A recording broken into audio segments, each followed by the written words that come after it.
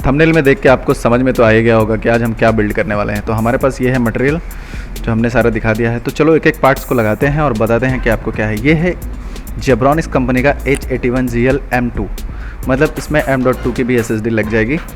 और इस मदरबोर्ड में को ओपन करते हैं, अनबॉक्स करते हैं तो देखो इसमें एक बैक पट्टी निकलती है जो कि कैबिनेट में फिट होती है, और ये एक SATA केबल निकलता है जो कि SSD या हार्ड डिस्क को आप लगा सकते हैं। उसके साथ में ये कुछ प्रॉपर्टी के पेपर निकलते हैं, और CD का कोई लेना देना नहीं हमारे काम से।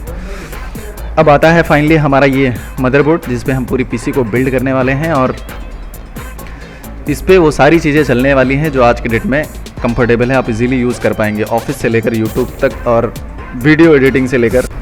इस वीडियो पे आप छोटी मोटी वीडियो एडिटिंग भी कर सकते हैं, और इस प्रोसेसर पर आप नॉर्मली हर वो काम कर सकते हैं जो आज की डेट में ट्रेंडिंग में है। जैसे आपको कैपकट चलाना हो या फिल्मोरा जैसे सॉफ्टवेयर 4 जनरेशन के कोई भी प्रोसेसर बिठा सकते हैं, i3, i7, i5, जो कि 3rd जनरेशन के साथ 4 जनरेशन के साथ में काम करता है। तो यहाँ पर देखिए SATA केबल है, यहाँ पर पावर ऑन के लिए है, यहाँ पर ग्राफिक कार्ड है, यहाँ पर M.2 है, यहाँ पर CPU फ़ैन के लिए और सिस्टम फ़ैन के लिए, रैम के लिए सारी चीज़ें दी गई हैं। हर चीज़ है इसमें, एक HDMI और एक VGA आप लगा सकते हैं। तो यहाँ पर सबसे पहले हम प्रोसेसर को फिट कर लेते हैं। तो ये है प्रोसेसर का कैप, बहुत ही सावधानी से निकालना होता है, क्योंकि आपको पता है कि प्रोसेसर में अगर कोई भी गलती हुई और मदरबोर्ड के पिन में कोई भी गलती हुई तो ये दिक्कत हो जाए। तो ये है i3 का 4 जनरेशन, और हमें इसके खांची को फिट कर लेना है प्रॉपरली और अच्छे तरीके से इसे बैठा लेना है, क्योंकि यही काम सबसे इम्पोर्टेंट है और यही सबसे रिस्की भी है। तो यहाँ पर देखो हमने बिठा लिया है और हमने इस लॉक को फिट कर लिया है। तो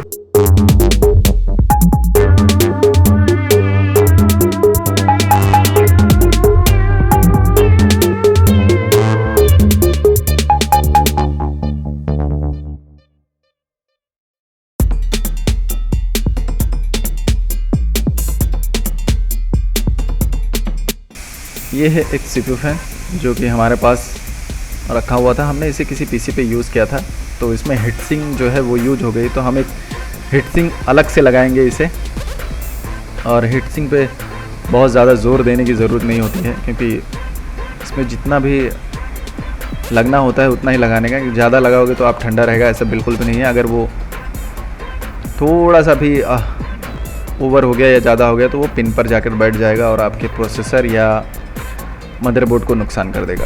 तो हमें उतना ही लगाना होता है, और हम इसे उसी तरीके से फिट करेंगे जिस तरीके से सारे CPU फ़ैन को फिट करते हैं। CPU फ़ैन भी बिठाना एक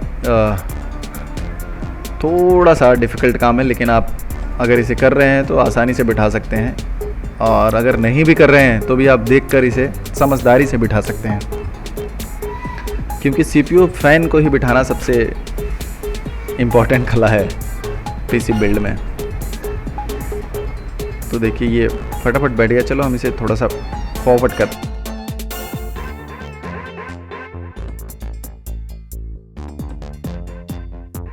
हमने इसके नोज को दबा दिया है, और प्रॉपरली इसे फिट करने के लिए हमें थोड़ा सा मेहनत करनी पड़ती है, क्योंकि इसके नोज को, और हम देखो इसे चेक करते हैं कि कहीं से लूज वगैरह तो नहीं है, क्योंकि इस पे ही सारा वर्क डिपेंड होता है। क्योंकि अगर हमने इसे सही से नहीं बैठाया तो सिस्टम हमारा हैंग होने लगेगा, काम सही से नहीं करेगा, और भी सारी चीज़ें इसमें प्रॉब्लम आ जाती हैं। तो सबसे पहले हम इसे छोटा कर लेते हैं, क्योंकि वायर अगर बड़ा रहता है तो इन केस कभी फ्यूचर में ये CPU के अंदर रहता तो CPU फ़ैन में फंस जाता है, और CPU फ़ैन को रोक कर रखता है, तो ये सिस्टम हैंग होने लगता है। भाई ऐसे हमारे साथ बहुत सारे केस हुए हैं, तो उस केस को हम नज़र में ध्यान में रखते हुए हम इसे छोटा कर लेते हैं, और इसके CPU फ़ैन का जो कनेक्शन है वो प्रॉपरली लगा लेंगे। उसके बाजू से ही हमने सेट किया हुआ है, और इसे अच्छी तरीके से केबलिंग के ज़रिए माउंट कर लेंगे। तो ये आप देख सकते हैं, ये हमने प्रॉपरली लगा दिया है।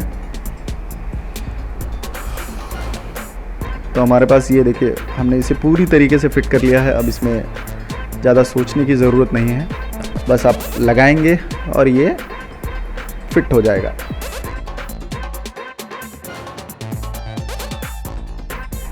तो ये फाइनली हो गया है, आप देख पा रहे होंगे। तो अभी चलो हम लगाते हैं इस पर DDR3 की 8GB रैम, जिसका परफॉर्मेंस काफ़ी अच्छा है, और इस रैम की वारंटी भी लगभग 1 साल है। और हम इसे अब इंस्टॉल करेंगे।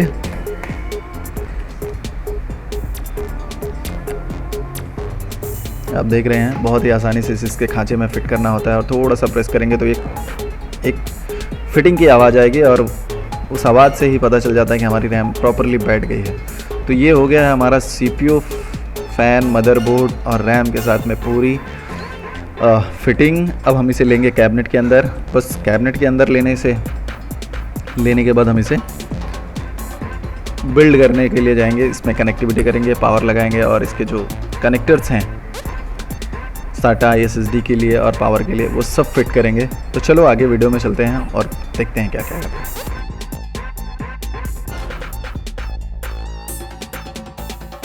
तो ये है हमारा कैबिनेट जिसमें बिल्ड करने वाले हैं। आप देख सकते हैं ये लाइव टेक का है, और इसमें SMPS इंक्लूड है, तो हमें SMPS लगाने की ज़रूरत नहीं है, क्योंकि नया कैबिनेट में SMPS आते हैं। अगर आप बड़ा कैबिनेट लेते हैं तो उसके साथ में SMPS आते तो हैं, लेकिन आपको उसके कॉस्ट देने पड़ेंगे, क्योंकि SMPS की प्राइस ज़्यादा होती है बड़े कैबिनेट में। चलो मैं फटाफट इसे पहले इसके नोज़ को फिट कर लेता हूँ, जिसमें हमें मदरबोर्ड को फिट करना है, और वीडियो फॉरवर्ड करके देखते हैं कि आगे क्या क्या करना है। तो मैं अभी फिटिंग कर रहा हूँ ये उसके जो नोज़ होते हैं, जिसमें हमें मदरबोर्ड को बिठाना होता है, फिट करना होता है, स्क्रू से टाइट करना होता है।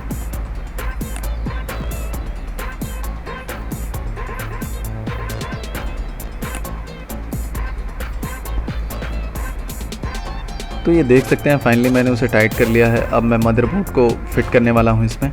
उसके साथ में सबसे पहले हम इसके बैक पैनल पट्टे को लेंगे, जो यहाँ पर हमें मदरबोर्ड के साथ मिलता है। तो सबसे पहले उसे लगाएंगे, और यहाँ पर देख सकते हैं मेरा स्क्रू ड्राइवर पड़ा हुआ है, और मैं इसे थोड़ा सा एडजस्ट करता हूँ कैमरे के साथ में, क्योंकि आपको दिखाई नहीं देगा। तो ये है वो बैक पट्टी जो हम यूज़ करने वाले हैं। तो चलो पहले इसे लगाते हैं।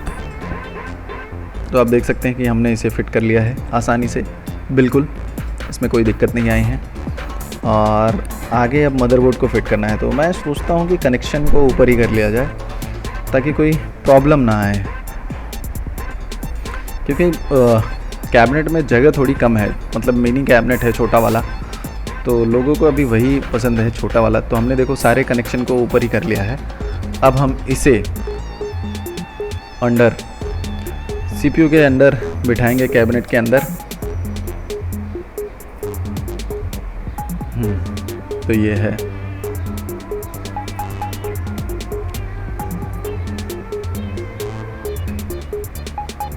तो हमने फाइनली बिठा दिया है, और स्क्रू भी इसके सारे फिट कर दिए हैं। तो ये फाइनली देखो हमारे पास एक SSD है जो 512 GB की है और SATA है। तो हम सबसे पहले इसे कनेक्ट कर लेते हैं, पहले इसे फिट कर लेते हैं, जो कि ये फिटिंग है इसकी, और बहुत ही आसानी से लग जाती है इजीली। अगर आपके पास SSD और हार्ड डिस्क दोनों हैं तो थोड़ा सा आपको पापड़ बेलने की ज़रूरत पड़ती है।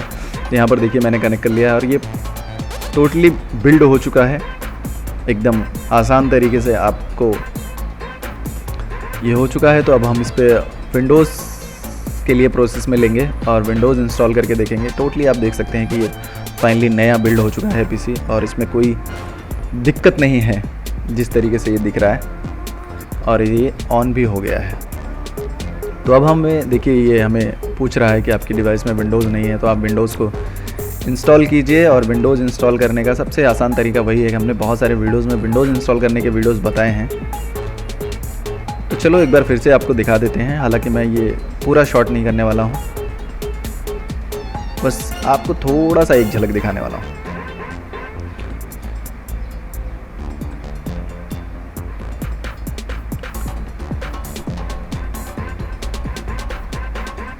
तो आप देख सकते हैं कि मैंने यहाँ पर स्टैंडर्ड जो ऑप्शन होते हैं वो मैंने ले लिया है। अब मैं इसे आगे के प्रोसेस में जाऊँगा, इसके पार्टीशन को क्रिएट करूँगा। पार्टीशन क्रिएट करने के बाद मोस्टली हम लोग विंडोज़ के लिए 100 GB पार्टीशन लेते हैं, और ये इनफ होता है, बहुत होता है।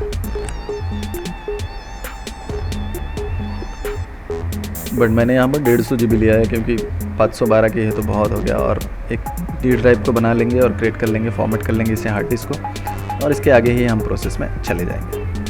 तो ये हमारे पास हो गया है। बस इस पीसी को अब आप किसी भी उस काम के लिए यूज़ कर सकते हैं जो आपको थंबनेल में दिखाया गया है। तो आप आसानी से विंडोज़ इंस्टॉल कर लीजिए, पीसी को बिल्ड कर लीजिए और यूज़ कीजिए। अगर आपका बजट बहुत कम है तो आप इस पर जा सकते हैं और आसानी से ये हर काम कर लेता है, इंक्लूड वीडियो एडिटिंग।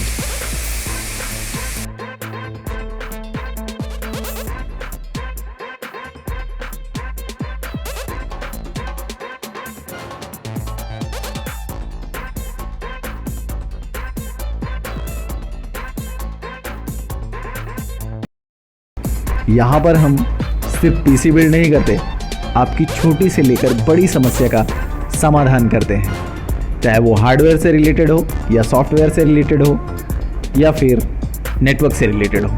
मिलते हैं आपको किसी नेक्स्ट वीडियो में।